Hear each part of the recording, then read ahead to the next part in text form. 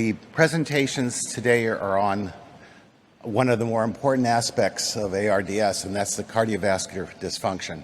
Clearly, heart-lung interactions are an essential part of what we see in all patients, but it's in the forefront in ARDS. I have no conflicts of interest that have to do with this talk, but these are my other conflicts of interest, and they haven't changed since yesterday. Okay. Cardiovascular insufficiency occurs with anyone during the initiation of mechanical ventilation. So the moment you intubate a patient by giving them sedation and intubation, over 50% will become hypotensive, and more than that if they have ARDS. And this has been shown in numerous studies, and it's now becoming commonplace. I think we've known it for over 50 years, but now we finally have data that shows that there's significant cardiovascular insufficiency with emergent intubation on the floor of patients who are unstable. And it's not helped by just giving fluid. And our next speaker, Jean-Louis Touboul, will be describing why fluid's probably not a good idea in the management of these patients. Okay? So, when you intubate a patient, you're going to be having an immediate decrease in cardiac output and oxygen consumption because of course, the fact you're sedating and you're decreasing sympathetic tone. This will maintain itself unless you have spontaneous breathing proper, and that's something we're trying to do with ARDS after the initial stabilization on mechanical ventilation, but it's often very hard. The problem is the cardiovascular collapse has many causes, and I'm going to go through some of the more relevant concepts. A few maybe you haven't heard within the concept of physiology, but they're very true. Obviously, sedation is not a good thing, and to the degree that you can minimize sedation, you'll have less cardiovascular insufficiency. And the thing that we have become more aware of in ARDS is although we have stiff lungs, hyperinflation is common. And that's one of the reasons why being concerned about driving pressure and the peak pressure becomes important. And it's important not only for ventilator-induced lung injury, it's important for blood flow in the lungs and gas exchange. Okay. Positive pressure breathing also increases intrathoracic pressure, and that's the last thing I'll talk about. Okay. When we think about the hemodynamic effects of mechanical ventilation, they are changes in lung volume and changes in intrathoracic pressure. Changes in lung volume are probably the most important aspect of the cardiovascular effects in patients with ARDS, and that's what we're going to spend most of our time on. I want to go back to medical school physiology for just a minute so that we all agree on the same things. The pulmonary blood flow from the right ventricle into the left ventricle goes through the pulmonary arteries, arterioles, capillaries, and pulmonary veins.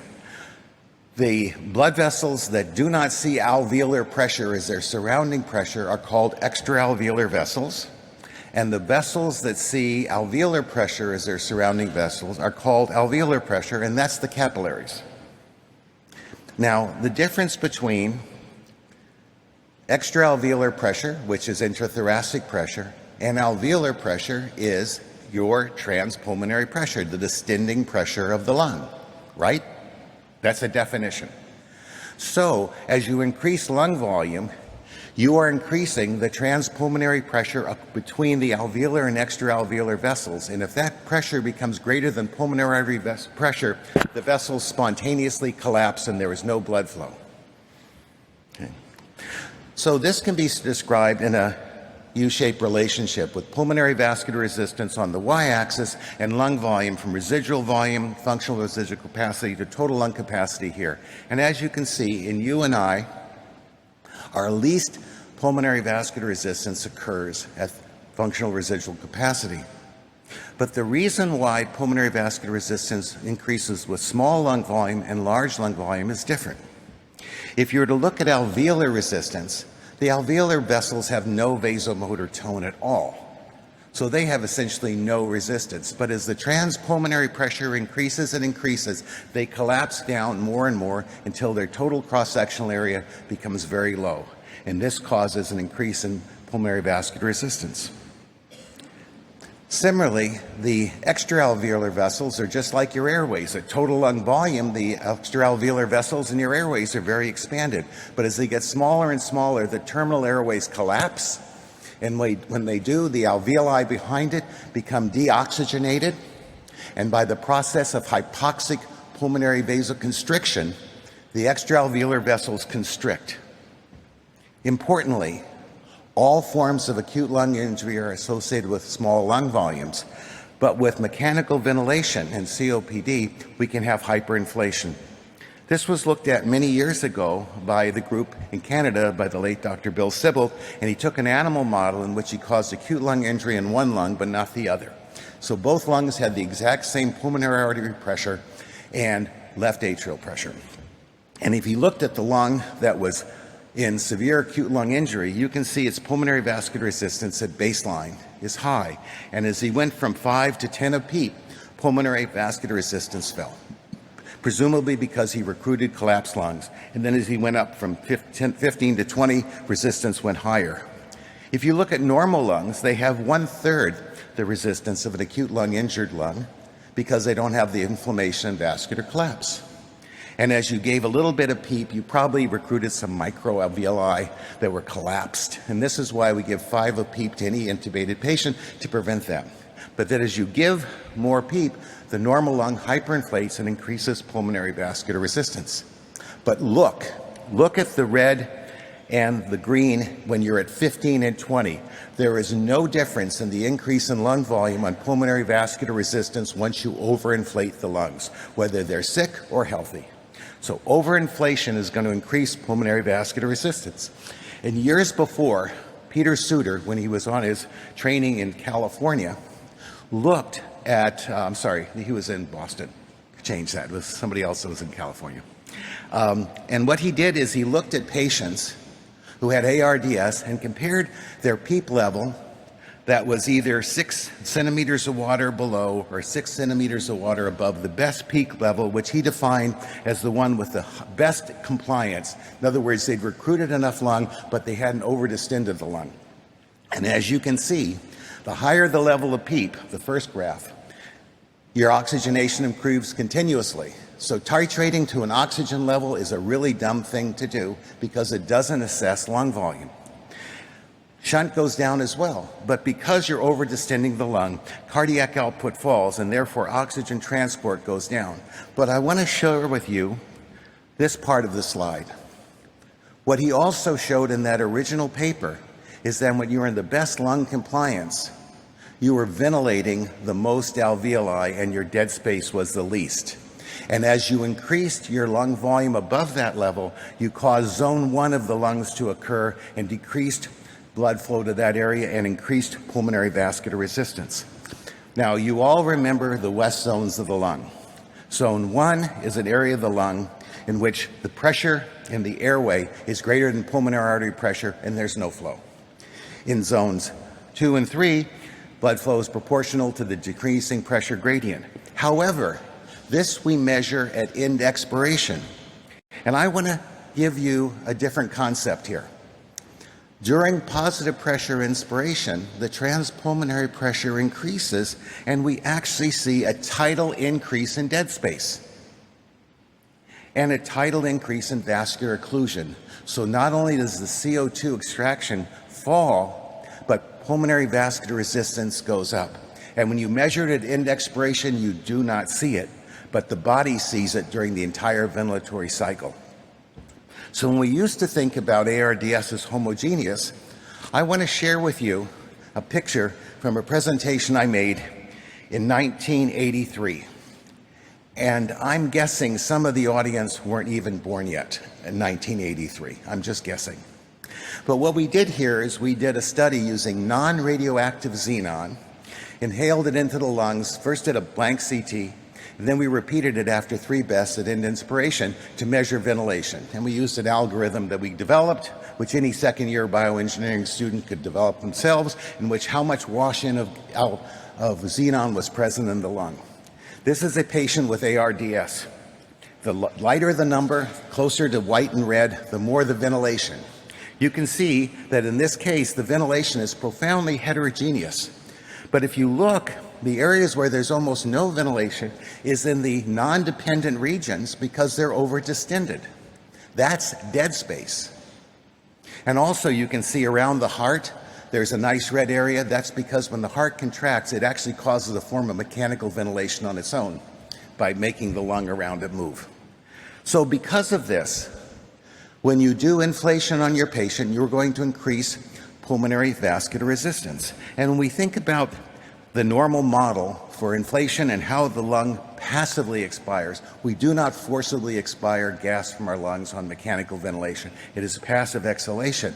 And the time constant for this determines how much flow is out. And if I have increased resistance to flow, I'll have hyperinflation. And this is important because if you put a person on mechanical ventilation and give them a 6 or 8 ml tidal volume as soon as you intubate them, by 3 breaths, they're already hyperinflated at a new level. So by the time you've taped down the endotracheal tube, they're already hyperinflated. 3 breaths. So Luciano Gattinoni and Antonio Pesanti and many of their colleagues in Italy looked at CT scans and looked at the effects of PEEP, and they did this study in 1998. So once again, this is not new information. And they separated patients into those that had primary ARDS due to lung injury and those that was secondary to sepsis. Nowadays we call it group 1 and group 2 hyperinflammatory lung, but it's all the same thing. What you can see here is if you look at respiratory system, lung, and chest wall compliance, if you have primarily lung-induced ARDS, aspiration pneumonia, severe pneumonia, PEEP does nothing to improve gas exchange. If anything, as you give more PEEP, the lungs get stiffer, here shown by the elastance of the lungs. The only benefit of PEEP occurs in patients who have extraalveolar ARDS coming from the body in which the lungs have collapsed down and are therefore recruitable. And in them, as you give PEEP, compliance goes up. But in all of them, airway pressure increases with PEEP.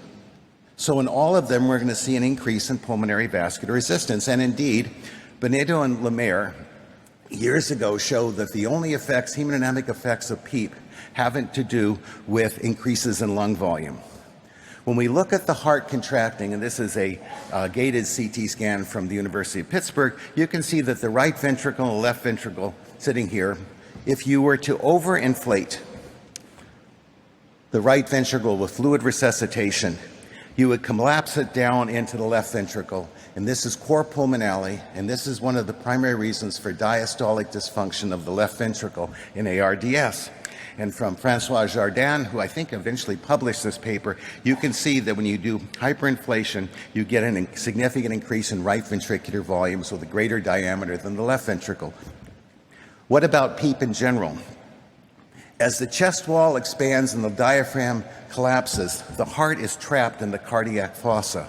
And if you were to look at inspiration versus expiration in a person, and you simply just add 10 of PEEP, you can see that at expiration, the heart is small. This is not rocket science. If you increase intrathoracic pressure, you decrease venous return, you decrease the blood volume in the chest. So the hemodynamic effects of increases in intrathoracic pressure are more due to the effects of intrathoracic pressure, not lung volume on the heart. So this is now, I'm changing gears. And now we're not going to talk about lung volume, we're going to talk about intrathoracic pressure. Since the heart is in the chest, changes in intrathoracic pressure will affect the pressure gradient for venous return independent of the heart itself. So increases in intrathoracic pressure or decreases will alter venous return. And that's nicely shown here. If you look at a normal ventricular function curve and your classic venous return curve, and then you have your equilibrium point, if you have an increase in intrathoracic pressure as shown on the right side, as pleural pressure goes up, CVP goes up, and there is a decrease in right ventricular stroke volume. So what happens? The increase in intrathoracic pressure causes CVP to rise and stroke volume to go down. Oftentimes, we give fluids to those patients to get cardiac output up, but what that actually does is volume overload the patient. Andre Deneau went to the operating room with transesophageal echo and actually showed that after a few beats, the left ventricle falls with every positive pressure breath. And Jaime Mesqueda from our group showed that if you increase the tidal volume larger, the degree of blood leaving the lung changes. Now, this is for the total lung, but think for a second of only the aerated lung in an ARDS patient. They are getting the equivalent of a 10 to 20 ml per kilogram tidal volume for that part because they're only 20 or 30% of the total aeration of the lung is being ventilated. So this louving of blood from the lungs occurs in all of our patients. And as Antoine Villard-Veron shows, and he will tell you, they get significant decreases in cardiac output with every breath. The last thing I wanted to say, and I'll skip this because it's not important, is that because of that, if you're in heart failure and you get PEEP, it doesn't matter. But if you have volume loading and it's good in a person who needs it, this is fine, and it used to be our mindset. But the volume loading is not a good thing to do if you have ARDS. Increases in intrathoracic pressure will decrease left ventricular afterload, and that's a subject for another lecture, but it would show that you actually augment function of the left ventricle, which is the reason why most left ventricles during positive pressure breathing are small, because they're afterload reduced. So in summary, intubation is not a good thing.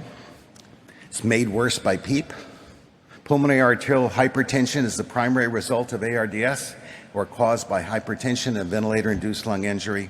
And ventilatory strategies that minimize these tidal swings and the large changes in intrathoracic pressure will have profoundly beneficial effects on hemodynamics. Thank you for your attention.